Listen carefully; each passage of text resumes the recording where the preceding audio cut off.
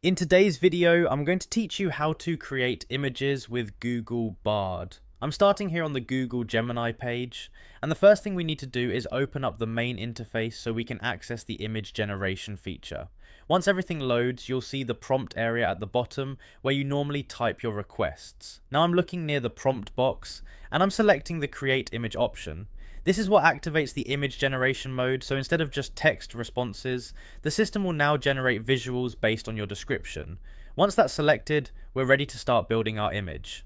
Next, I'm clicking into the text bar where we type the prompt. This is where you describe the image you want to create. I'm typing in a detailed description now, and the more specific you are, the better the result usually comes out. You can include things like style, colors, objects, background, or even mood, depending on what you're trying to generate.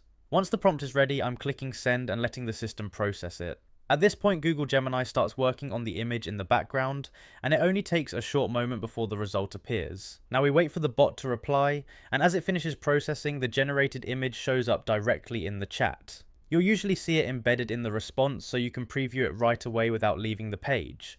If the image isn't exactly what you had in mind, you don't need to start over. You can simply continue the conversation and ask for changes. I'm doing that now by requesting adjustments to specific parts of the image, like changing colors, adding objects, or modifying the style. The system will refine the image based on your new instructions, which makes it easy to iterate until you get the result you want.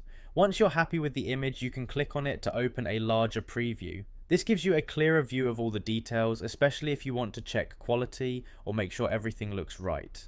From there, I'm selecting the download icon, which lets me save the image directly to my computer. After clicking it, the file is saved locally and you can use it however you need, whether it's for a project, presentation, or creative work. And that's it. You now know how to create images with Google Bard using Google Gemini. From writing a prompt to generating visuals, refining them through conversation, and downloading the final result.